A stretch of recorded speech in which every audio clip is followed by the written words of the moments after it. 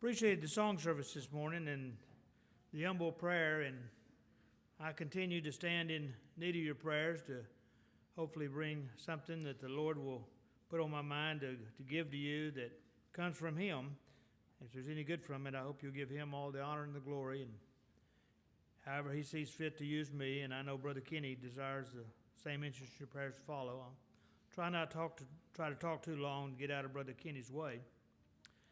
You know, growing up, there was one word that I really hated to hear. I always knew that when I heard it, it was not good, and it was never followed by good news. I'd go to my parents, and I'd, wonder my mom or my dad, and I'd want something, and I would explain to them and, prepared my speech ahead of time, explain maybe why I needed to borrow the car or why I needed to be gone somewhere over the weekend or be able to come to Lubbock by myself or those type of things, and give all the reasons why. And invariably, I'd remember my mother and my dad would start off, well, I understand that, but. I never liked that word. But it was never followed by good news. It was always followed by bad news. And I remember, even with my own children recently, because I had thought of this, about my kids would ask something, and I'd sit there and I'd go, well, yeah, but, and one of them said, Dad, when we know you say the word but, that we're not going to get what we want. So it's a word that is usually never followed by good news for what we want to have. But I want to point out that in the Lord gives us some direction sometimes about it can also be extremely positive news for us when we hear that word but. It can mean something very positive, and I hope that we can approach it on a positive basis as we go through life, as we face problems. And again, if you're not having problems, then you're different than me and almost everybody else that I know of. Problems in our personal life, maybe problems with the loss of a close loved one, maybe financial hardship, maybe troubles at work, maybe a lot of problems that we can't ever seem to fix. I'm guilty of trying to fix too many times my own problems that are unfixable. Maybe trouble with a family member, or maybe a trouble at work, or a financial problem, and I get myself into these holes, and I can't get myself out of them, even though I try. Well, if we have a positive attitude, looking to the Lord can fix all the problems. One of the things that, us men are known for is talking politics, getting together and talking politics, and it rarely ever ends good. We're always talking about how bad Washington, D.C. is to us, or Austin, things going on. And that conversation ought to end, but the heart of the king is in the hand of the Lord, and the Lord can fix those problems. That's when we ought to use but in a positive manner. I've got all sorts of problems I can't handle, and I ought to stop and say, Lord, I need help. Because whatever problems I've got, I may have something major, but the Lord can fix those problems. Start off with an example beginning in Genesis chapter 37, leading up to Genesis 50. We're going to summarize about 13 or 14 chapters. A story you all know. It's the story of Joseph. Joseph was well blessed. His father was Jacob. He had, 11 brothers that became the 12 tribes of Israel. And Joseph was blessed. His father found him the most favorite, gave him the coat of many colors that made all his brothers jealous. And you get over in chapter 37, and you see that, he got in trouble that he didn't bring about himself. He got in trouble because he was blessed. And sometimes that happens to us. We may be blessed, but we still find ourselves pretty deep in trouble. His brothers got jealous of him, caught him, beat him up, threw him in a ditch, then turned around and sold him to the Ishmaelites, traveling Bedouins, as we call them today, through the desert. And he was sold into slavery in Egypt. But he became, out of that then, he grew up under the house of Pharaoh and became a leader. The Lord blessed him, and you'll go through there, and as I saw, they talked, but the Lord used that opportunity to make Joseph a leader, a captain for the Pharaoh, in charge of all the food and storage. His family came down to see him, and he disguised himself for a while before he finally opened up. And during the time as Pharaoh, we know that Pharaoh's wife tricked him and deceived him and got him thrown in jail, and he was in jail. He suffered a lot of problems, and then he came out of that jail situation in good shape because he interpreted Pharaoh's dreams according to the Lord. Every time something bad news came, the Lord would step in and bless him. But for the Lord, he would have been in real trouble. We get over here in chapter 50, when he is He's got his whole family with him. They've all come. They've all recognized him now. He's revealed himself to him. They're all down in Egypt. He saved his entire family from starvation because up in Canaan they were having such a drought that they couldn't grow anything. So his whole family was down there. Joseph saw that his whole family was fed. Chapter 50, we find out Jacob, the father, dies, and they've buried him. And they come back over here, and we get down to verse 17, 18, and he is visiting with his brothers and sisters, those that had deceived him and turned against him, had betrayed him and sold him into slavery. And he's talking to them, and they're asking forgiveness.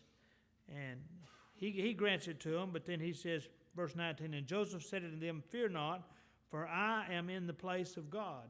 God put me where I am. He said, because he remembered those things his brothers had done to him, he said, verse 20, but as for you, you thought evil against me, but God meant it unto good to bring to pass, as it is this day, to save much people alive, and therefore fear you not. I'm not mad at you because God took everything that was evil against me and turned it positive. And he gives credit to the Lord for that. Let's go over here to the book of Samuel. Let's see about David, an incident that happened here with David. David, we know, was blessed of the Lord. He was chosen to be the next king by Samuel under the direction of the Lord. He was chosen to be the next king. As a result of that, he went and worked as Saul, worked as a musician for King Saul.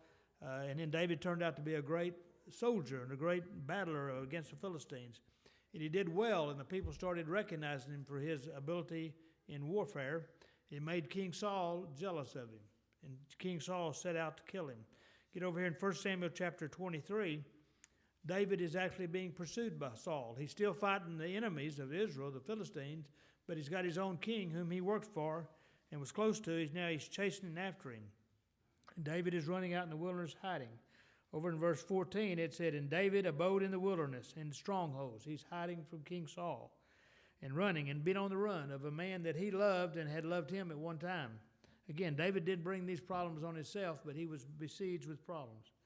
And David abode in the wilderness in strongholds and remained in the mountain in the wilderness of Ziph. And Saul sought him every day. Saul was chasing him every day. But God delivered him not into his hand.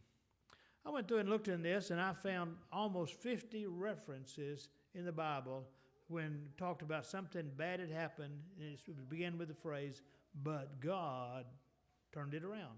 But God changed it. We see it's in a very positive fashion. We know a lot of times we'll have things happen about us. We may lose. My mother and dad lost a child, their first child they had. And I read a letter from my mother to one of her sisters, and boy, it jerks at my heartstrings because she was so torn down by the fact that she lost her first son.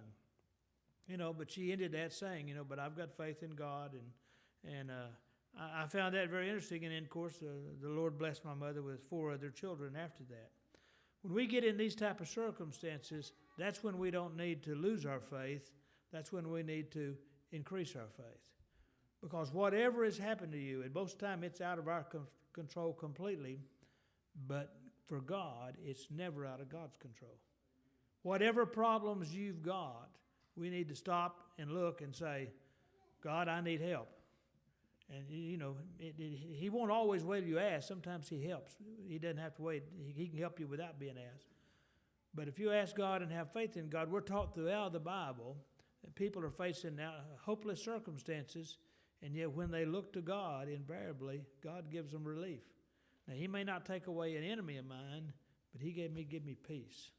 He may give me peace that allows me to go forward when I'm facing some devastation in my life, in my family, with my finances, with my job, with my work, even in my church. Whatever you're facing, God can change that. He can change you on the inside. He may not change all the circumstances. We don't always get what we want, and we shouldn't. Because too many times I always, when I go to God in prayer, I'll say, God, I got this problem, and here's how I want you to fix it. Well, if I could fix it, I'd already fixed it. We get sometimes telling God how we want to fix it. We need to ask God for peace. We need to ask him to help us. And we see all sorts of examples of that throughout the Bible of where he does help us. Let me go back one more to Moses, Exodus. Chapter 13. Moses was facing, all sorts of problems leading the people in and out of the nation of Israel away from Egypt, and they got out of this after they got out of the Passover, and Pharaoh, all the firstborn of all Egypt were killed. Then the nation of Israel got together and were going to be led out, and Pharaoh let them go. Pharaoh changed his mind and came after them. There was a huge panic among all the people then, because suddenly Pharaoh's after them. They've all left their homes.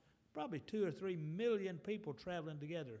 And we all know the story. The Lord led them on. He gave them a pillar of cloud and smoke to lead them by the way.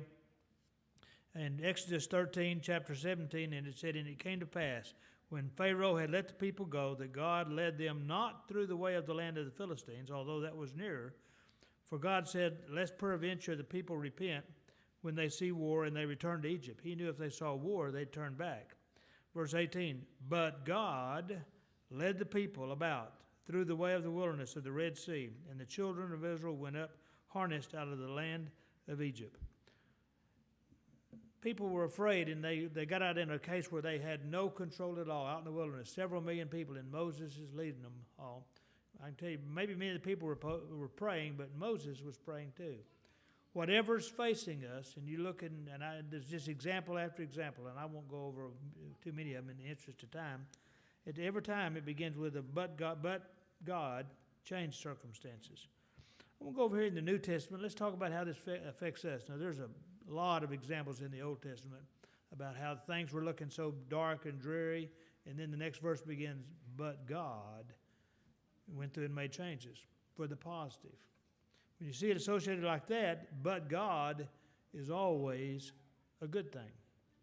And in our prayers, when things are looking terrible, when we may be facing some surgery, I've laid on the surgery table myself and scared and by myself. They always leave you out in the operating room, out in the hallway by yourself in that skimpy little robe under sheets, and you're all alone. That's when it's just you and God. And you talk to Him, and you don't have a whole lot to say other than, "Lord, help me." And, I'd be in a real mess, but God is always there with you, especially if you ask Him, if you'll talk to Him. He's there with you, and He'll give you great peace. Give you great peace, but God can help you, but God can lead the hand of the surgeons who operate on you. But God can bless those that care for you through His own, just like He does it with anybody, like He uses all people. He can use whoever's helping you to change your life and turn it around. Now, I'm not saying He's going to make you rich. I'm not here, we don't preach that. We know that's not true. But God gives you the peace that passes all understanding. Over here in the book of the Romans, book of Romans, Apostle Paul, book of Romans is one of the best books of the Bible, teaching us about our salvation, not only timely today, but also eternally. First of all, Apostle Paul goes through there and tells us we have to have righteousness to get to heaven. It's clear, we have to be righteous to get to heaven. Then he says in chapter 3, but wait a minute, there's not any of us righteous. We're all guilty. And you go read Paul's laundry list and you'll see none of us deserve to be let out of any of our problems, because that's our human nature. We're sinful people, born that way. Gets over here in chapter 5, though, and he starts telling us, about, but Christ has come along, He as a righteous man to die for us who are without righteousness. Verse 6 of chapter 5. "For when we were yet without strength, in due time Christ died for the ungodly." Here's a righteous man that chose to die for the ungodly, chose to die for us. And I don't mean that generically. I mean He died for you in particular. We need to put that on an individual. We need to think of that as ourselves. He died for you personally. He knows your name, knows every hair on your head. He knows everything about you, knows what you're thinking at all times. And I wish He didn't do that. I wish He didn't always know what I'm thinking. But that's how well He knows us. And our sin, but for God, we remain in our sins. But for God, we're going to hell. And He says, when we're without strength, sinly, we're ungodly. For He says, for scarcely for a righteous man will one die. If we get a good man, or who's going to go lay our life down for a very righteous man? He said, not very often. Yet peradventure for a good man, some people will dare to die. Some people dare to die. Doesn't happen very often. A righteous man or a good man, nobody goes and lays their life down for another man.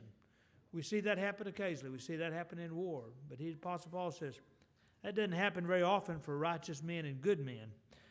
But verse 8, he says, "But God commended his love toward us in that while we were yet sinners, Christ died for us." Christ died for you while we were yet a sinner. Now, it takes righteousness to get to heaven. You're never going. You're never going on your own. Christ died for you.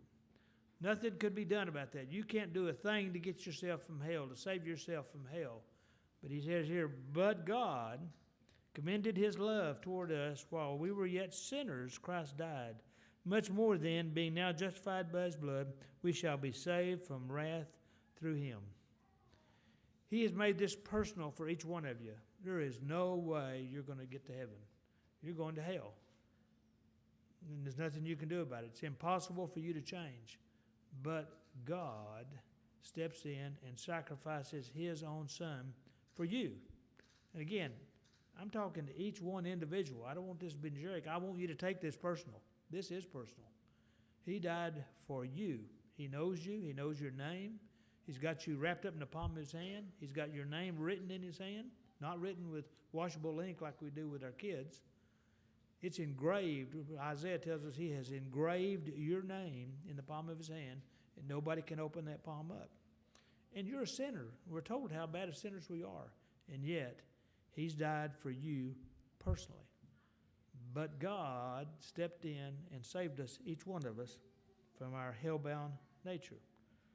Go over here in the chapter in Ephesians chapter 2. Got a couple more, and then I'll get out of Brother Kenny's way. Ephesians chapter 2 says, basically, Paul's telling us the same thing. "And you hath he quickened who were dead in trespasses and sin, wherein in times past you walked according to the course of this world, according to the prince of power of the air, the spirit that now worketh in the children of disobedience."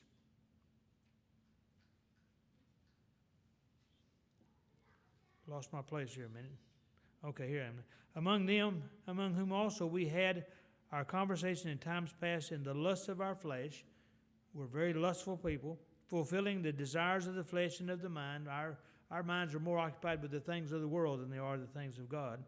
"Who were by nature the children of wrath, even as others." He paints a terrible picture, Apostle Paul does, of us. Verse 4 starts off, "But God, who is rich in mercy, for his great love wherewith he loved us, even when we were dead in sins," even when we were at our very worst, "hath quickened us altogether with Christ. By grace ye are saved." We go on, and he continues that on. But again, Christ stepped into your life, and this is personal. This is not generic. This is personal with each one of you individually. He stepped into your life when you were a sinner, and continue to be a sinner, and yet by his love and his mercy, he saved you. That's again the "but God." Let's look at this from the picture of the entire church. Go to 1 Corinthians with me if you have your Bible open. 1 Corinthians chapter 3. And Apostle Paul's talking about going out and planting churches. He's talking about his travels throughout Corinth and other places where he went out and started churches. Verse 5 tells us, he's talking about himself, "Who then is Paul? And who is Apollos? But ministers by whom ye believed, even as the God gave to every man." God gives us ministers, and you believed him as God gave them to you.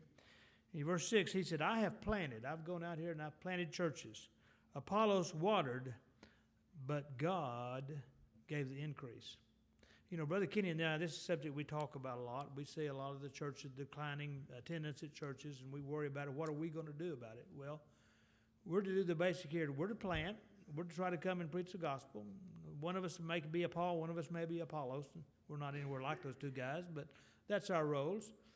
But we can't make people come to church. God does the increase. Our job is to come and plan and talk to you and ask your help and ask each member the help. And I'd ask you to do this. Everyone in this church, ask the Lord to bless this church. He's the one that will provide the increase. We don't have any control over that. And Paul makes that very clear. He provides the increase. And that's what, that Brother Kenny and I have to reassure ourselves every now and then. One of us can plant, and the other can water, but God gives the increase. We need to recognize that, and we need to go to Him and ask Him, provide us the increase. The main one I want to finish with, and again, there's more than 50 references to this. I was amazed when I started reading this. Something bad had happened, and then it talks about bad to get you down to dumb, get you depressed, and it would say, but God. And that's what I want you to focus on. Whatever is facing you in your life, whatever we're facing as a church, whatever we're facing individually, you get depressed about it sometime about, I can't do anything, everything's going to pot, I can't seem to make anything work. I want you to remember those words. But God can fix that. God can usually, our problem most time we get depressed is our mind and our hearts more than anything else. But God can put that positive thought in our heart. He can give us the peace that we can't get anywhere else. He can give us that mental impression that we can't get anywhere else. Apostle Paul tells us in first chapter of 1 Corinthians, chapter 10, he's given us warnings, examples, and he tells each one of us individually, and our Brother Kenny has used this quote, wherefore let him that thinketh he standeth take heed lest he fall. There hath no temptation taken you, but such is common to man. Now, how are we tempted? We are tempted. Go over in the book of James, it'll tell you, you're tempted because of your own lust, because of sinful nature in us. God doesn't ever tempt us. It's not God that ever tempts us. It's Satan that tempts us. And Satan is always there. I've said before, Satan knows you better than you know yourself. He knows your strengths. He knows your weaknesses. He'll always attack your weakness. It's why it's good to know yourself and admit your weakness.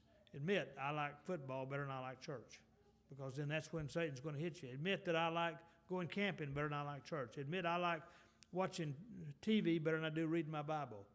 You need to acknowledge your weaknesses, because and then you acknowledge that's where Satan's going to attack. And you can ask the Lord, keep me out of those temptations. And that's what Apostle Paul is telling us here. There is no temptation taken you, but such is common to man. Every man is tempted.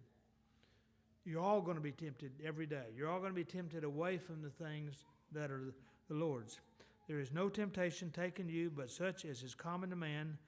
But God is faithful, who will not suffer you to be tempted above that you are able, but will with the temptation also make a way to escape, that you may be able to bear it. We all have our temptations, and we all sometimes don't do the things that we know we should do. We're tempted, and that's Satan tempting you. But for God, Satan would overwhelm you. Satan is more powerful than anybody else other than God. He's more powerful than all of us. And he can overwhelm you. He can overwhelm any one of us. And we need to thank God daily for not letting him do it. And that's what, you're a child of God here. You wouldn't be here this morning if you're not a child of God. If you're already in the Lamb's Book of Life and you're elect, and that's a status you're not going to lose. The problem is, how do we live in this world till we get to that time when we get to go to heaven? That's what he's telling us. We're going to be tempted. That's that two natures that Paul tells us about. The good nature, the divine nature, and the sinful nature, and they always fight against each other. Which one wins depends on how well you do in this world. If you let the sinful nature overcome you, then you're going to have problems in this world. Even though you're a child of God, you're going to have problems in this world. If you ask the Lord to help you with temptation, recognize temptation when it hits you in the face. Anytime you see, something going on, I may want to do something different than come to church when the doors of the church are open. Well, I'm letting that sinful nature overcome me. And Paul tells us here, God will never allow you to be tempted more than you can withstand, and he will give you the grace to withstand it. He will give you the grace to withstand it, and also that you may be able to bear it and escape it. And that's one of those great examples of, but God is faithful. He's not going to depart. He's not ever going to tempt you. Anytime you have a tempting to do something and you have a little bit of guilty feeling about, I need to go visit somebody that's sick. I need to get my Bible down and read it. I want to watch this TV show when I ought to read my Bible and study in the morning to come pray. You don't come to church. You shouldn't be coming to church to hear what Brother Kenny or I or some other minister might say to you. You ought to be coming to church to worship the Lord. Maybe with somebody up here speaking, but we're only speaking because that's the role we've been given. We're not any different than you. We all need to pray that the Lord would bless us. We all need to pray that to come here to worship and give Him praise and honor and glory. When we come here to give Him all the honor and glory, we're the ones that walk away with a blessing. That's where God is so wonderful to us and merciful to us. When we try to give Him the glory, when we try to give Him the honor, when we try to give Him the praise, we're the ones that walk out with a blessing. It's important you come to church every time and think, I don't feel like going to church. I don't feel like, I don't think I'm going to be blessed. You need to remember, but God can change that. But God can give you a real blessing in this building each time you come to it. But God is always there. We need to think of that in the positive. That's one of those times when but is followed by good news. And it's full, the Bible is full of more references of but God than anything. I was amazed when I started researching and finding. Y'all have been very kind to me with your attention and my prayers. The Lord richly bless you. Come ahead, Brother Kenny, and preach for us.